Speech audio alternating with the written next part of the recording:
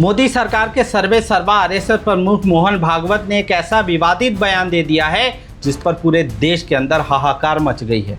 मौलाना अरशद मदनी ने ऐसा प्रहार किया है कि आरएसएस समेत पूरी भाजपा एकदम बैकफुट पर चली गई। लोगों को उम्मीद नहीं थी कि मुसलमानों की तरफ से इतना करारा जवाब मिलेगा। और इस पूरे मामले के अंदर जो मामला मौलाना अरशद मदनी और मोहन भागवत के बीच में था, इसमें शंकराचार्य भी कूद गए हैं। शंकराचार्य ने भी ऐसा बयान दे दिया है कि मोहन भागवत और बैकफुट पर चले गए। जिनको लगता था कि उनके पास सत्ता है, वो इस मोदी सरकार के सर्वे सर्वा हैं, तो कुछ भी बोल सकते हैं, मुसलमानों को कुछ भी कह सकते हैं, कोई उनसे पूछने वाला नहीं होगा। अगर आप इस वीडियो को पूरा देखेंगे तभी आपको समझ में आएगा कि आखिर मोहन भागवत ने ऐसा क्या बोला जिस पर मौलाना अरशद मदनी एकदम गुस्सा हो गए। और मौलाना अरशद मदनी के बयान के बाद शंकराचार्य ने ऐसा क्या मोहन भागवत को जवाब दे दिया कि मोहन भागवत उसको सुनने के बाद एकदम सदमे में चले गए। आप इस वीडियो को पूरा देखिए तभी आप समझ पाएंगे कि आखिर ये पूरी किस्सा कहानी चल क्या रही है। भारत में हिंदू ही है और कोई है नहीं कि सिर्फ उन्होंने अपनी माँ का दूध पिया है, किसी और ने नहीं पिया। आपने कहा भैया वो विवाह कर लें, 3 पैदा कर दें। तो दोस्तों किस्सा कहानी यह है कि अगर मैं भाजपा की सांसद कंगना रनौत की भाषा में कहूं तो देश को आज़ादी 2014 में मिली, जब मोदी सरकार इस देश में आई। और जैसे ही मोदी सरकार इस देश में आई, जो हिंदू आज तक खतरे में नहीं था अचानक से खतरे में आ गया। जो मुसलमान इतने साल तक कभी कुछ नहीं हुआ, उन मुसलमानों को अचानक से विलन बना के पेश कर दिया गया। अचानक से जो आरएसएस हमेशा बैकफुट पर पर्दे के पीछे रहती थी, वो सत्ता के शिखर पर बैठ गई। देखने को तो ऐसे लगता है कि मोदी सरकार यहाँ पर देश में शासन पर बैठी है, मगर हकीकत यह है कि असल में उसका सर्वे सर्वा कोई और है। जिस संघ परिवार पर कोई बात करने को तैयार नहीं था, जिस संघ परिवार की शाखा को लेकर लोग बोलने से झिझकते थे, वो संघ परिवार आज के टाइम में भारत में सबसे बड़ी सुप्रीम अथॉरिटी बन चुकी है। अघोषित ही सही, मगर अथॉरिटी तो है। अब मामला ये हुआ है कि आरएसएस के प्रमुख हैं मोहन भागवत। उन्होंने एक ऐसा बयान दे दिया जो संविधान की मूल भावना के भी खिलाफ, जो इस देश के अंदर कई भाजपा सरकारों के बनाए हुए उस कानून के भी खिलाफ है, जिसमें कहा गया है कि अगर जबरन धर्मांतरण करवाया जाता है तो आपको जेल हो सकती है, आजीवन कारावास हो सकती है, आप पर जुर्माना लगाया जा सकता है, आपकी संपत्ति कुर्क की जा सकती है। मगर आप आरएसएस प्रमुख है तो आप कुछ भी बोल सकते हैं, आपको कोई कुछ नहीं कहे। मुस्लिम्स और क्रिश्चियंस ये common consciousness of our past and share culture से जुड़ेंगे, बशर्ते उनको ये पट्टी पढ़ाने वाला काम बंद हो या वो उसको रिजेक्ट करे कि हम पूजा से अलग है, इसलिए समाज से अलग है, संस्कृति से अलग है, हम मुसलमान हैं, हम ईसाई है, लेकिन हम यूरोपियन नहीं है, हम अरब तुर्क नहीं है, हम भारत के हैं, हमारे पूर्वज भारतीय है। ये जब उनके नेतृत्व की भाषा होगी, ये जब वहां सिखाया जाएगा, तब ये बात सब ठीक हो जाएगी। हिंदू समाज मन में आतुरता से इसकी राह देख रहा है। ये होना चाहिए कि जन्म दर 3 से कम जिनका होता है वो धीरे धीरे लुप्त हो जाते हैं, तो 3 से ऊपर मेंटेन करना चाहिए। सब देशों में ऐसा होता है, सब समाज ऐसा करते हैं। मोहन भागवत एक बयान देते हैं। उनका बयान क्या होता है कि इस देश के मुसलमान भी हिंदू हैं, इस देश में रहने वाला हर व्यक्ति हिंदू है।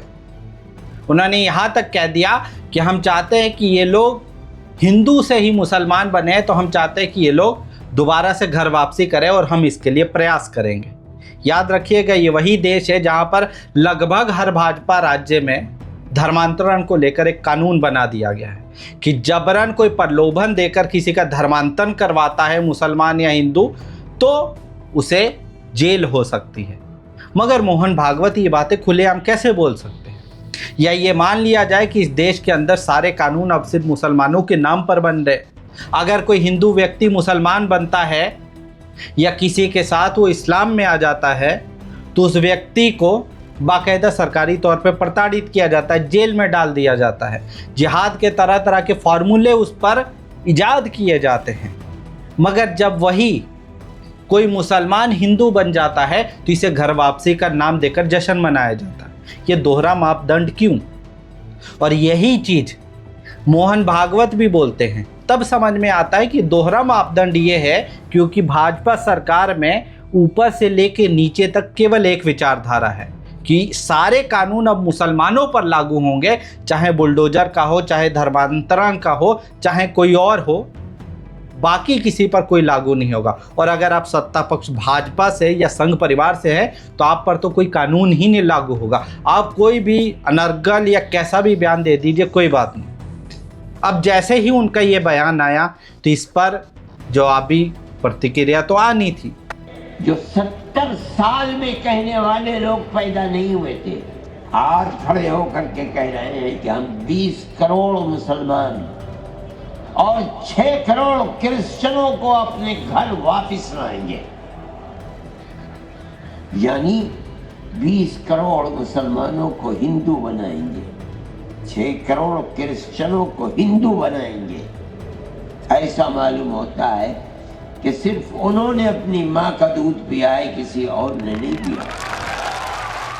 जवाब भी ऐसा आया कि जिसकी उम्मीद किसी को नहीं थी। मौलाना अरशद मदनी एक बड़े मुस्लिम धार्मिक गुरु, उन्होंने एक कॉन्फ्रेंस के अंदर सीधा सीधा बोल दिया कि क्या मोहन भागवत को ये लगता है कि उन्होंने अकेले नहीं माँ का दूध पिया है?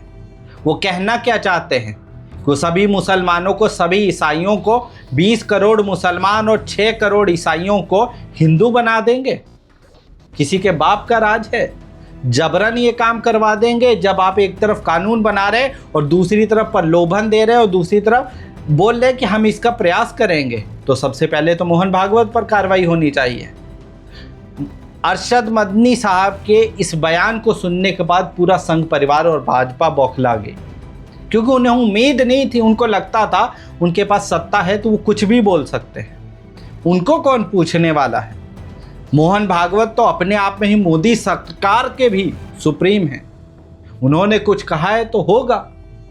अब यहाँ पर मेरा भी एक सवाल है, अगर मोहन भागवत जी ये कह रहे हैं कि मुसलमान भी हिंदू हैं, तो चलिए मैं 5 मिनट के लिए मान लेता हूँ कि मुसलमान भी हिंदू हैं, तो आप मुसलमानों को दलित मानने से क्यों इनकार कर देते हैं? मुसलमानों को आपने दलित और एसटी आरक्षण से क्यों बाहर रखा हुआ है? क्यों आप उससे इनकार कर देते हैं? आप एक तरफ मुसलमानों को बाहरी धर्म का ठप्पा लगाते हैं, विदेशी आक्रमणकारी बांग्लादेशी घुसपैठिया पाकिस्तानी नाम देकर लेबल लगाकर उनको प्रताड़ित करने का काम करते हैं, दूसरी तरफ कहते हैं कि आप भी हिंदू हो तो दीजिए मुसलमानों को दलित आरक्षण। मगर जैसे ही आप ये बात बोलेंगे तो चारों तरफ घनघोर सन्नाटा हो जाएगा। जो मोहन भागवत मुसलमानों की घर वापसी का राग अलाप रहे, क्या उन पर कोई कानूनी कार्रवाई होगी? और मौलाना अरशद मदनी ने बिल्कुल सही कहा है। क्या आपको क्या लगता है, आप इस देश के अंदर गृह युद्ध करवाना चाहते हैं? मुसलमानों को जबरन हिंदू बना देंगे? क्या आप मुसलमानों को जबरन घर वापसी के नाम पे कुछ भी कर देंगे?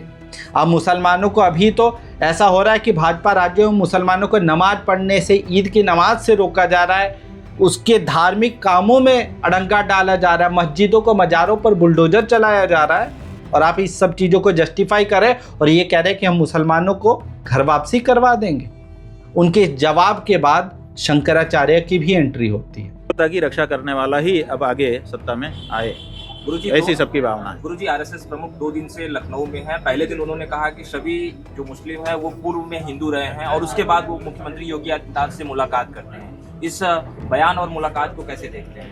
बात यह है कि हम इस सब में ध्यान नहीं रखे हैं, हम केवल ये ध्यान रखे हैं कि आदित्यनाथ क्या कर रहे हैं और 40 दिन बीतने के बाद हमें क्या करना है, बस इसी पे केंद्रित हैं।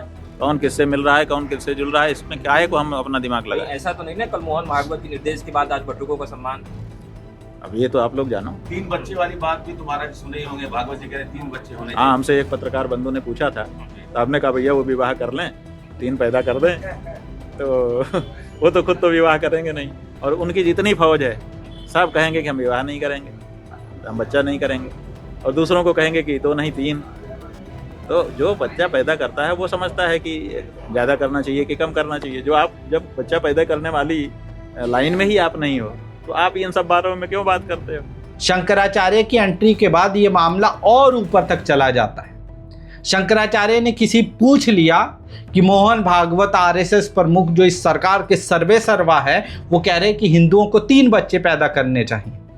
उन्होंने ऐसा जवाब दिया है कि किसी के पास उसका कोई जवाब नहीं था।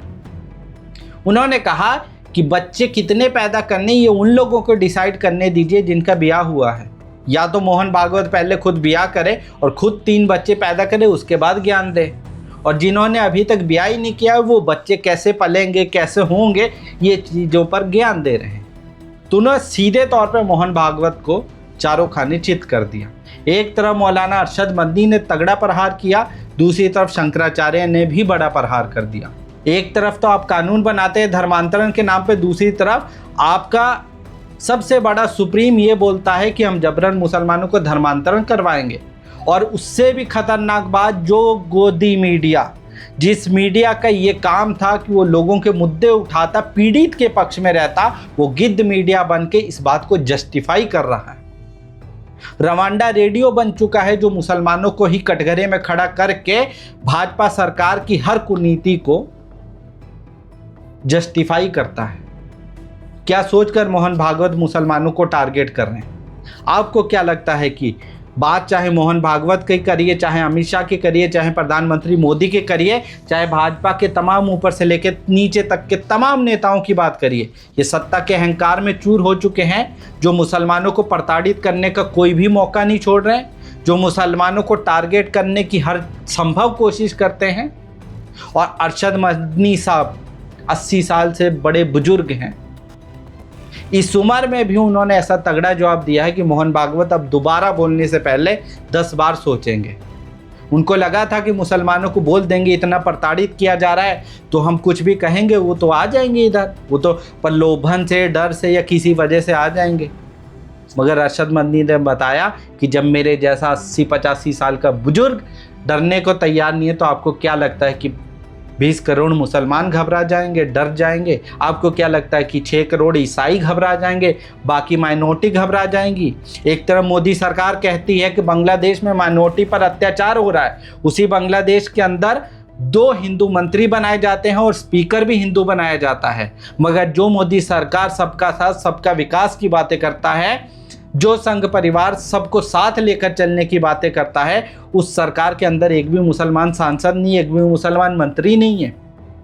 और आप लंबी लंबी बड़ी बड़ी फेंकते हैं, कभी इस पर इल्ज़ाम, कभी उस पर इल्ज़ाम। पहले आपको अपने गिरेबान में देखना होगा, गिरेबान में उस संघ परिवार को भी देखना होगा जिसने आज़ादी के आंदोलन में हिस्सा नहीं लिया। उस संघ परिवार को देखना होगा, वही मोहन भागवत को देखना होगा और ये बताना होगा कि आखिर क्यों 52 साल तक आपने तिरंगे को अपने हेडक्वार्टर पर नहीं लगाया था। जो आज हर जगह जाके तिरंगे की सलामी ले रहे हैं, वो तिरंगे को सल्यूट नहीं करते थे, वो संविधान को मानने को तैयार नहीं थे, आज़ादी के आंदोलन से वॉकओवर कर गए थे। वो आज मुसलमानों को और पूरे देश को देशभक्ति का सबूत दे रहे हैं, मुसलमानों से घर वापसी और जबरन हिंदू बनाने की बातें कर रहे हैं। आप इस मुद्दे पर क्या सोचते हैं? अपनी राय कमेंट में ज़रूर बताएं।